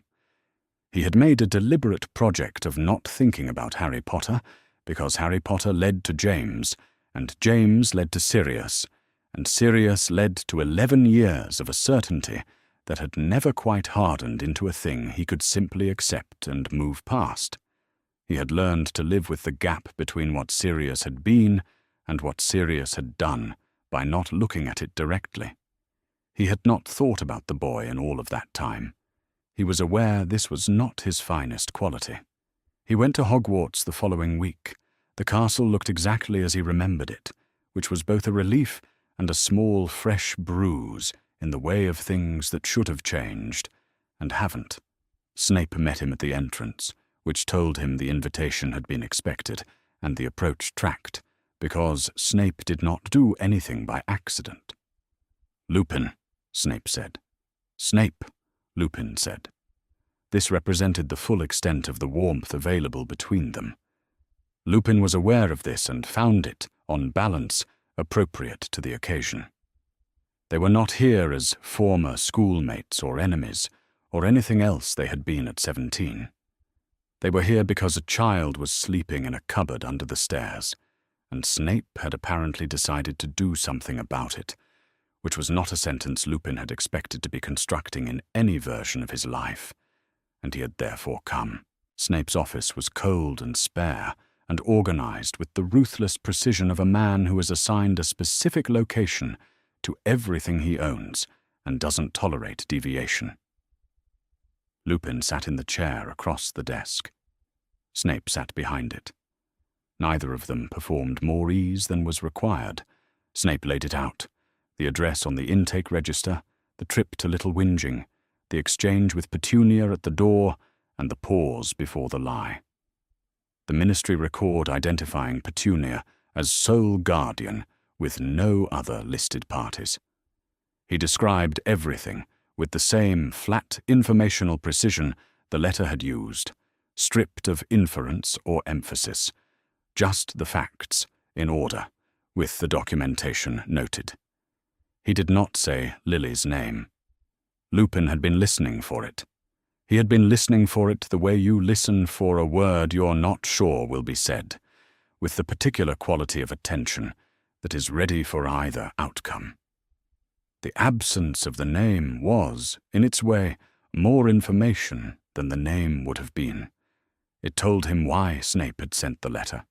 It told him why Snape cared, and what Snape would and wouldn't say about why he cared, and it told him that he was not going to press on any of that, because Snape's reasons were Snape's, and the boy's situation was the situation regardless of anyone's reasons.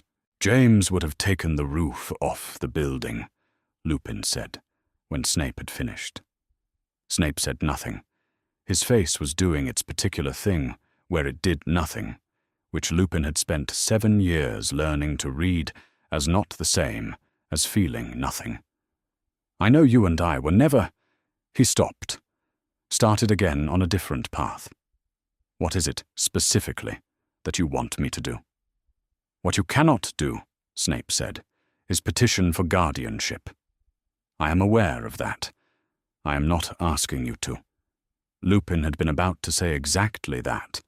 The fact that Snape had said it first, without being prompted, and without any particular quality of condescension, just as a fact, established and moved past, was odd enough to be worth noting. He noted it. "What you can do," Snape continued, "is write to Dumbledore, as yourself, as a person who was close to James Potter and his family, asking formally about the welfare conditions of James Potter's son. You have no legal standing. You are not the boy's guardian. You are not anything with official weight.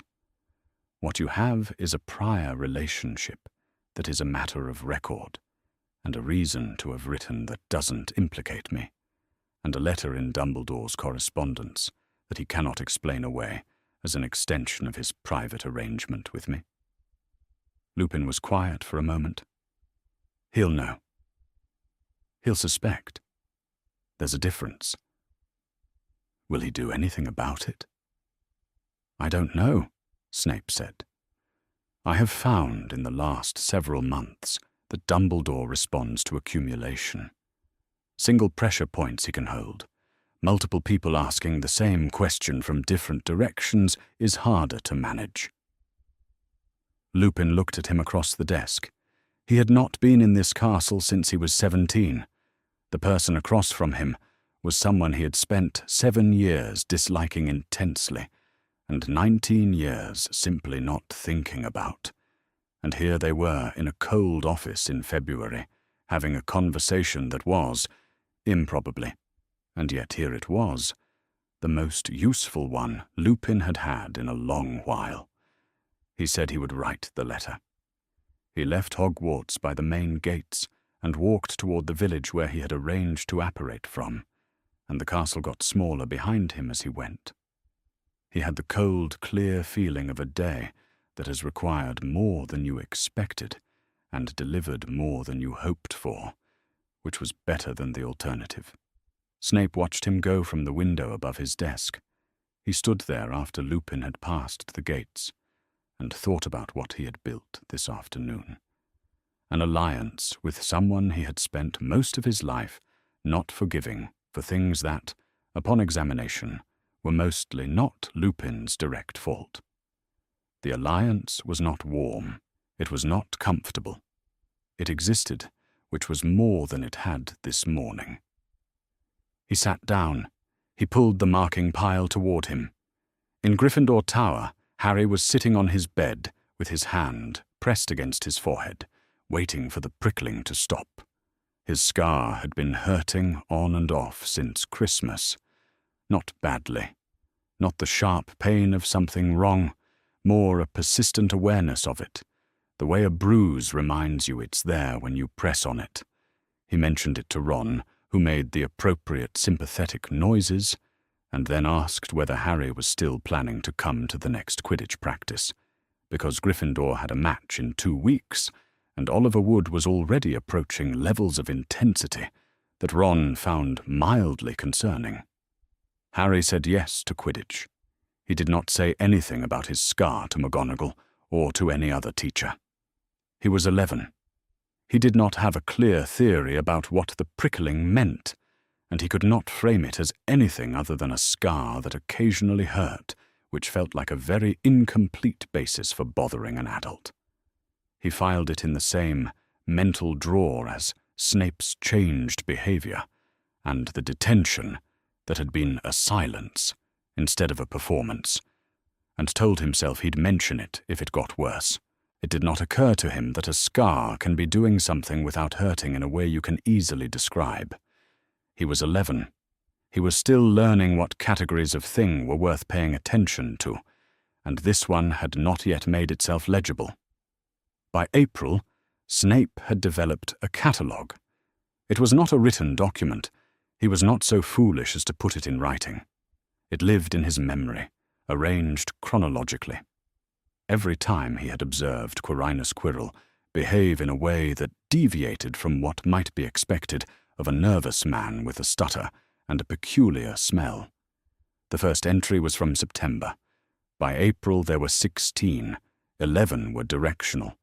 Quirrell moving toward the stone's location or asking questions adjacent to it, the kind you asked when you were mapping something you did not yet fully understand. 5 were of a different quality. Quirrell watching Harry. The specific attention of a man calculating whether the boy was an obstacle or a resource. This distinction concerned Snape most. Quirrell had been patient for months. Patience in a thing like that, in a presence accustomed to overwhelming force, was not natural. Patience was what you maintained when you needed something you didn't have yet. And in April, Snape had the professional instinct of a man who has spent a decade inside a network of threats, the feeling that 2 moving parts were approaching each other, and that something was about to shift. He went to Dumbledore's office on the 14th of April. He did not send a note first. He simply went, and the gargoyle moved. "I believe Quirrell is preparing to move on the stone," he said, "within the month." "On what basis?" He gave the summary. The directional patterns, the frequency, the quality of Quirrell's attention shifting from periodic to sustained. Dumbledore listened with the particular quality of a man hearing confirmation of something he had already considered. "I am aware the situation has been developing," Dumbledore said. "I believe the protections are still sound." Snape noted the character of this answer. The protections, not the threat. Confident in the architecture of what he had built. Not identifying a response to the thing moving toward it. "I am not in a position to simply accept that and return to my classroom." No. Dumbledore said it without rebuke, which was itself a change from what that sentence would have produced in September. "I would ask you to continue watching, and to tell me immediately if what you observe changes." "I intend to do that regardless," Snape said. "I came to tell you in case you intended to do something about it." "I will take appropriate action," Dumbledore said, "at the appropriate time." Snape stood and left, because there was nothing useful left to be extracted, and he had long since learned that staying past the point of usefulness served no one. The match was in the second week of May. Snape watched it as a professional exercise, the way he watched everything, for information, for pattern, for the thing that might be relevant later. He sat in the staff section, equidistant from both sets of supporters, Gryffindor versus Hufflepuff. The pitch was bright with spring. He found Harry Potter in the air within the first 30 seconds. He had spent the year developing an instinct for where the boy was, the way you developed any professional skill, through repetition, until it became automatic. The broom started to move strangely on the 11th minute. Snape recognized it immediately because he had seen it before, the specific quality of a broom that is fighting itself, bucking against its rider in a rhythm that has nothing to do with the wind. The last time had been in November, and he had managed it from 3 rows back with his robes pulled forward, so that the movement of his lips was not visible. He managed it now without concealment, a murmur under his breath, eyes fixed on the boy's broom. The counter-jinx delivered with the precision of a man who has done it once already, and knows exactly where the interference is entering and how to cut it off at the source. The broom steadied. Harry pulled it back under him. From 30 feet away, he had the particular expression of someone who knows something happened and doesn't know what, and he was looking at the broom as though it might explain itself. McGonagall, 2 seats to Snape's left, did not look surprised. She had turned her head toward him at the moment the broom started to move, which told him she had recognized the pattern too. She had been watching the match with a different quality of attention this spring, for reasons that were not unconnected to the conversation in her office 6 months ago. She looked at him now. He looked back. Neither of them said anything. The match continued. In the Gryffindor common room that evening, Harry was explaining it to Hermione. "He was watching me," Harry said, "all through the match, just watching. Not like he was looking for something to deduct points for. More like—" He stopped, because the "more like" was the part he couldn't pin down. Hermione was sitting cross-legged on the hearthrug with a copy of Standard Book of Spells open on her knee, but she had stopped reading it about 2 minutes into this conversation. "You think he jinxed your broom again?" she said. "No," Harry said. Then, "I don't know. In November he was watching my broom go wrong, and I thought he was doing it. But then it stopped, and I never—" He started again. "I think he might be after the stone." Hermione looked at him. "Why?" "Because he keeps watching me, and watching the 3rd floor, and being not normal. And Snape's not normal for no reason. There's always a reason, And the stone is the only thing in the school that I can think of that he would want. He wasn't watching the third floor, Hermione said. He was watching you, at the match. That's the same thing. It's not. She closed the book and turned to face him properly. If Snape wanted the stone, he would be getting past the obstacle with the dog. He wouldn't be standing in the stands watching your broom. A person who wants a thing goes toward the thing. He's not going toward the stone. He's going toward you. Harry sat with this. It did not produce the feeling of a problem resolved. It produced a slightly different problem, one with worse edges. That doesn't make it better, he said. Hermione hesitated. No, she said. It might make it different. Harry didn't have an answer for that. He turned it over in his mind, the way he turned over the other unclear things. The detention that had been a silence, the look in the corridor in October, the moment at the Quidditch match where the broom had steadied, and he had looked down, and Snape had been looking back up at him with the specific expression of a man confirming that a thing he'd done had worked. There was a pattern in all of it. He could feel the shape of it without being able to see what it was. He said, "I'll figure it out." Hermione said, "I know," in the voice she used when she was being supportive, and was also fairly sure she would be the one who figured it out first. Snape began patrolling the third-floor corridor that night. He did not announce it. He did not ask permission. He added it to his late-evening route as a practical matter, without concealment. The same section of corridor, past the same locked door, at an interval regular enough that anyone watching his movements would understand what it meant. Within a week, Filch had adjusted his own route to cross the third floor earlier in the evening. Within 2 weeks, McGonagall had shifted her schedule to put her in the corridor at dawn. He did not comment on either of these things. Neither did they. Flitwick asked him, in the staff room, whether he'd been sleeping, because the circles under his eyes had reached a point Flitwick apparently felt warranted acknowledgement.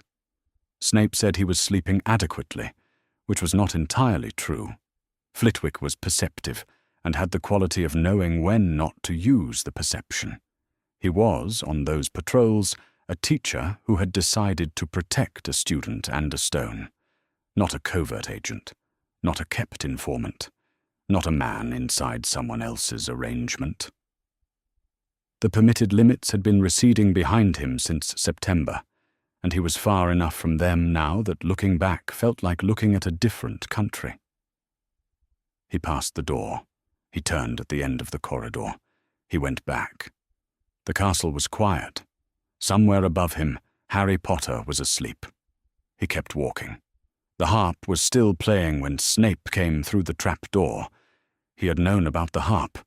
It was his design. The whole sequence was a design, and he had known when he built it that the right kind of mind would find a way to play it. What he had not expected was to find it already playing when he arrived, the enchanted strings moving on their own, with no one there to hold the instrument. He registered this, and moved quickly past the enormous sleeping shape in the dark, down through the trapdoor, and did not stop to consider the implications of who had been here before him. He went through the next 2 chambers on professional instinct, the strangling tendrils, the cloud of enchanted keys, the door that required finding the right one. He had helped set these obstacles and knew every trick in them, each chamber intact except for the evidence of recent passage. Someone had come through and solved every one of them. The chess game stopped him for 4 minutes. He was not a chess player by temperament, but he knew the weakness in this board. He had helped set it, and he won without sacrificing himself, which he was aware not everyone had managed, and crossed through to the 5th chamber. The troll was already down, which told him something. The 6th chamber was his own. 7 bottles stood in a row.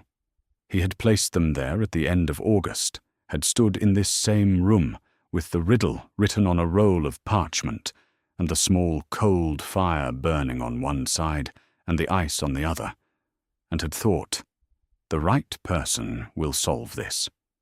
It was not a test of brute force. It was not a test of power. It was a test of the kind of thinking that sees clearly under pressure, when feeling nothing would be the most efficient response and feeling something gets in the way. Someone had taken the correct bottle. The bottle that went forward, through the fire. There was only enough for one person, and that person had gone through. And Snape stood in his own puzzle room and looked at the small empty bottle and felt something he did not have a precise name for, and moved on. He stepped through the black fire and into the 7th chamber.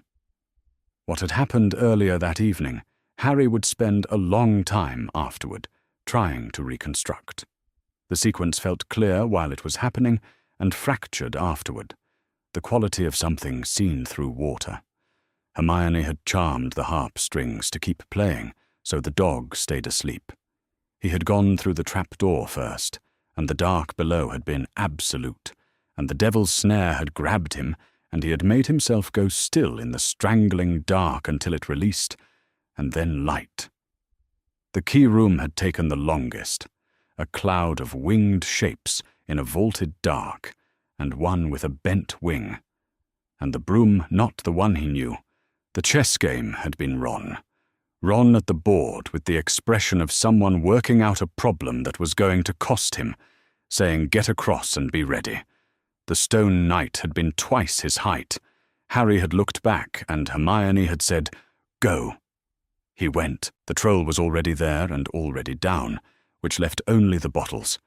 And Hermione had read the riddle once, set the parchment down, and pointed. "That one," she said, and said, "Go, and stay safe because that's the most important thing." He had not had words for that, standing in the cold room with the fire in front of him and the ice behind. And so he went. He stepped through and found Snape. He stopped dead. The mirror was behind him, tall and gold-framed in the dark of the final chamber, and in front of it was Snape, and Harry's brain performed the rapid and total rearrangement of a person whose theory has just, apparently, proven itself. He had been right. He had told Hermione he had been right. Snape had come down here before them. Snape was the one who had solved the obstacles, had taken the forward bottle from his own puzzle, was standing in the final chamber with the mirror behind him. Snape turned. He saw Harry. His face did something complicated that was not what Harry had expected. Not triumph, not guilt, not the cold contempt that Harry had spent 9 months learning to read. Something else. Some kind of controlled alarm.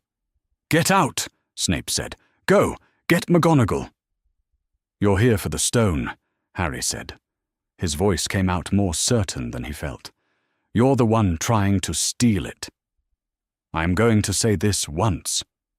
Snape's voice was stripped of everything theatrical, all the performance Harry had learned. What was underneath was flat and precise. "I am not here for the stone. I am here because someone else is." Harry looked at him. It was the voice that did it, not the words. He had never heard that voice from Snape before. He had heard contempt and cold precision and a dozen registers of careful management. He had not heard Snape sound like someone stating a fact with no investment in whether it was believed. It created hesitation. It created the beginnings of a question. Then the door opened. The Dada teacher came through. He was slight and nervous-looking in the way Harry had known all year, the turban wound carefully around his head, the stutter always just underneath whatever he was about to say. Harry had always found him frightening in a way he couldn't explain, a quality of wrongness that lived underneath the nervous surface like something moving under ice. That quality was in the room now at a different volume. The nervous man was what was visible. What Harry was looking at was not what was visible. Snape moved between Harry and the door. What followed was something Harry would never be able to describe with accuracy, because he was not paying attention to it in a way that produced clean memories. He was paying attention to surviving, and to the thing he needed to do, and to Snape, who was doing something with his wand at a speed Harry had not seen anything move before. Spells crossed the chamber, light and something that was not light. The Dada teacher was not moving the way the Dada teacher moved. The stutter was gone. The nervous hands were gone. The whole hesitant human surface was gone. And what remained was operating with a clarity that had no resemblance to anything Quirrell had ever done in a classroom. Snape was losing ground, steadily, carefully, not panicking, but losing ground.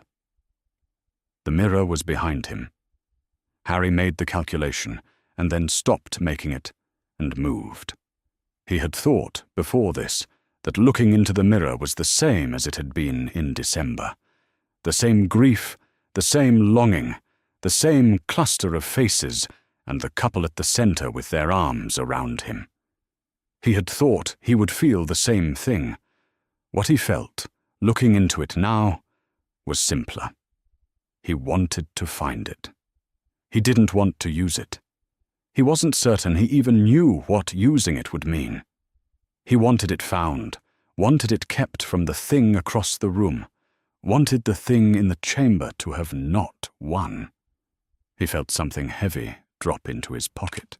Then Snape was on the floor, on one knee, his wand arm still moving, but his other hand braced against the stone, and the thing wearing the Dada teacher was moving toward him. And Harry didn't think. He grabbed the arm. Both hands, full grip. The scream was not from the Dada teacher's mouth, or not only from his mouth. It came from deeper, from something inside, and the skin under Harry's hands blistered and cracked and blistered again, the way paper burns at the edge before the flame reaches the center, and Harry held on because he did not know what else to do. His scar was fire. His hands were fire. The thing inside the Dada teacher screamed and screamed, and Harry felt it trying to get out, trying to tear loose from the body it had been wearing, and then it did. Something passed through him on the way out. He understood what pain was for approximately 1 second in a way that left no room for anything else. Then the floor. He did not feel himself fall. He was standing, and then he was not standing, and the transition between those two states had been removed from his experience entirely. He was aware of the stone, and then of something that was not stone. Something warmer, something that caught him before the stone did. A hand at the back of his head, a grip that had him. Snape's voice, from somewhere very close, said something. Harry could not pass the words. They had the character of a report being made to no one in particular, a man confirming something to himself in the dark. The stone was in Harry's pocket, which was wrong. It needed to be somewhere safer than his pocket, and then the hand at the back of his head adjusted its grip, and Harry did not think any further thoughts for a while. He caught him. That was the last thought Snape had in the chamber, clear and quiet and entirely without drama, before he got them both to the door. He caught him. He had caught him. He had time for nothing else. He woke to the smell of something clean, the hospital wing. He had been here once before, in September, and the smell was the same. He lay still a moment and let his brain catch up with the rest of him. His hands hurt, bandaged from fingertips to mid-palm, both of them. His scar hurt less than it had, which was a relief out of proportion to a minor reduction in pain. Morning light through the windows, which meant at least one night had passed. Ron and Hermione came in the afternoon. Ron's arm was in a sling, which Harry had expected. Hermione looked like someone who had spent the night doing something she would prefer not to think about too carefully, which meant she had probably been revising for exams on the basis that the world continued normally, even when it didn't. They sat on either side of his bed, and he told them what had happened in the 7th chamber as clearly as he could, including the part he was least sure how to explain. Snape was already there, he said. He went through the defenses first, and then the Dada teacher came through after, and Snape was trying to hold him off. Ron was quiet in the way that meant he was processing something and had not yet arrived at a conclusion. Hermione said, "I told you it wasn't the stone he was after." Harry said, "I know." The word after had various qualities depending on who said it and what it was about, and this particular after had the quality of a word carrying more than its normal weight, and Harry let it sit there between them without adding anything to it, because he didn't have anything to add. Dumbledore came on the 2nd morning. He told Harry about the stone, what it was, what Flamel had chosen to do with it. He told Harry about the Dada teacher, and who had been inside the Dada teacher, and what that presence had wanted. He said, "Your mother died to save you." He said it without ceremony, as a fact. He said that love as powerful as that doesn't disappear. It leaves a mark on the person who received it, something in the skin that nothing purely magical can reach. He said, "It is in your very skin." Harry listened with the feeling of a person hearing something he half already knew and finding the explanation both right and smaller than the experience itself. He said, "Snape went through the defenses first." Dumbledore was quiet. He had been quiet since Harry mentioned Snape's name, a quality of stillness that was different from the ordinary stillness of a man listening. "I thought he was after the stone," Harry said. "I was wrong." "Yes," Dumbledore said. A single word. No elaboration. He said it with the quality of a man confirming a thing he was aware of, had been aware of for some time, and found himself uncertain how to classify. Not vindicated. The word wasn't right. Something that looked more like a reckoning. There was something in his face that Harry, at 11, did not have the vocabulary for. The expression of a man watching an argument prove itself, and finding the proof came at a cost he had not fully calculated. Harry looked at it, and felt, underneath the exhaustion and the bandaged hands, a question forming that he didn't know yet how to ask. He let it go. He was 11. He filed it where he filed the other things he would think about later. McGonagall and Dumbledore spoke privately, the day before the end of term. She had sent the letter in December, as she had said she would. The ministry had received it, logged the matter as an open inquiry, and required the school to submit a written account of the conditions documented in the intake register. The account was now in a ministry cabinet under Harry Potter's name. This was not a rescue. The blood protection required Harry to return to Privet Drive each summer, and the ministry could not alter that without severing the magic that had stood between him and a wraith for 9 months. She was not asking Dumbledore to remove Harry. She was telling him what now existed that hadn't existed before. Documentation, record, official attention that could not be quietly closed by one man's private judgment. Dumbledore said, "I understand." "Good," she said, and left. She told Snape the next morning, in the corridor outside her office, in the 4 minutes before the students came down for their last breakfast of term. She told him what the ministry file contained and what it had generated and what it meant for the summer.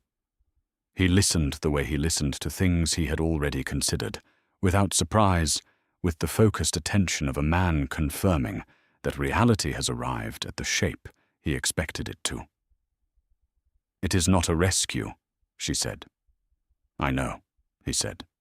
She looked at him. In 9 months she had not found a way to categorize what Snape was doing, and she had stopped trying in February because the category kept shifting underneath the word she'd put on it. "It is a beginning," she said, without inflection, as a statement of fact. Then she went back through her door. Harry carried his trunk down to the entrance hall on the last day of term, with the same arms he'd used to carry it up 9 months ago, and they didn't feel the same. He knew he was going back to Privet Drive. This was not a surprise. But something had moved.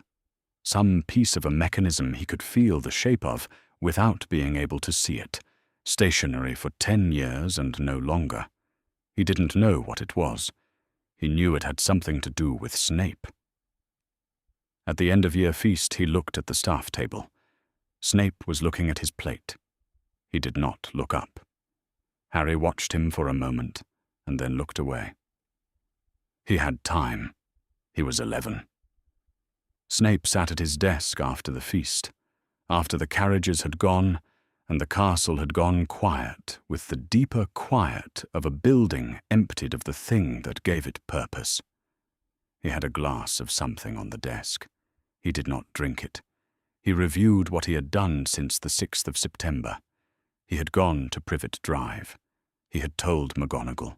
He had written to Lupin.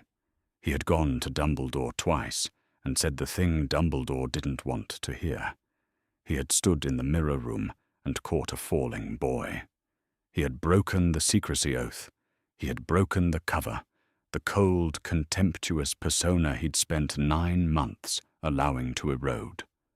He had broken the private arrangement, the contained space inside Dumbledore's architecture, where he had lived and worked for a decade without involving anyone else.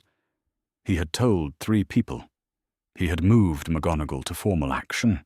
He had reduced, measurably and irreversibly, Dumbledore's ability to hold this matter inside one man's private judgment. He had broken every vow he made to Dumbledore in 1981, except the one that hadn't been made yet. He sat with the glass. The castle was very quiet. What he had built instead was smaller than what he had destroyed. A file in a ministry cabinet. A letter from Lupin in Dumbledore's correspondence. A woman who watched Harry at breakfast with the specific attention of someone who had decided to pay attention and would not be easily managed out of it. A boy who had gone back to Privet Drive this afternoon, knowing for the first time that the address on his intake register was a matter of record, that someone had been there, had looked, had written it down where it could not be set aside. It was not what he had intended in September. He had not intended anything in September, except to understand what he had seen and find a way to manage it. The managing had produced this. He was not certain it was better. He was fairly certain it was more durable. He did not cast it intentionally. He was not thinking about it, was not reaching for it, was simply sitting in the quiet with the glass and the dark. But something moved across the stone floor, a silver shape, barely there, barely bright enough to throw light. A doe stepping through the shadow at the edge of the room, as though the room had always contained her, and she was only now choosing to be visible. He watched her go.